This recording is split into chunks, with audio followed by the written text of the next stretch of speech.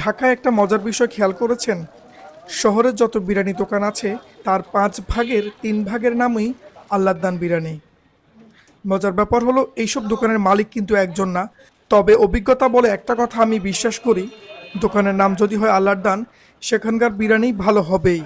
একেবারে খুব ভালো না হলেও খারাপ হবার সম্ভাবনাই নেই। সেদিন চলে গেলাম তেজগাঁও ট্রাক স্ট্যান্ডের পাশে বিসিক ভবনের সামনে অবস্থিত আল্লাহদান বিরিয়ানি হাউসে। যেহেতু এটা আমার অফিসের পাশেই, তাই বলা চলে আমি এখানকার রেগুলার কাস্টমার। সপ্তাহে অন্তত ২-৩ দিন এখানে আসা হয়। লোকেশনটা বেশ ব্যস্ত এলাকা। চারপাশে ট্রাক স্ট্যান্ডের কোলাহল, শ্রমজীবী মানুষ, অফিসগামীদের ভিড়, সব মিলিয়ে জায়গাটা একদম ঢাকার বাস্তব চিত্র। দোকানের সামনে আসতেই বাইরে থেকেই ভেসে আসছিল গরম মশলা আর কাচ্চি বিরিয়ানির সেই পরিচিত ঘ্রাণ, যা ক্ষুধা না থাকলেও ক্ষুধা লাগিয়ে দেয়।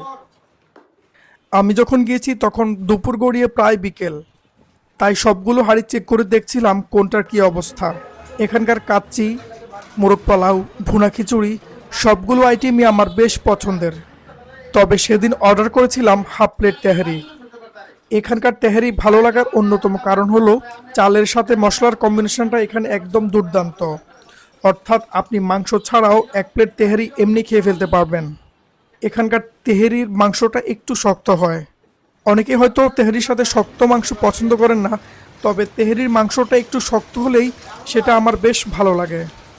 দোকানটার পরিবেশ বেশ সাদামাটা হলেও দোকানে যে কর্মচারীরা রয়েছেন তাদের ব্যবহার বেশ আন্তরিক।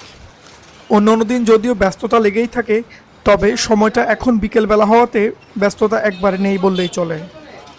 আপনি যদি তেজগাঁও এলাকা বা ট্রাক স্ট্যান্ডের আশেপাশে থাকেন অথবা এদিকে আসেন, তাহলে একবার ট্রাই করে দেখতে পারেন আল্লাহদান বিরিয়ানি হাউস।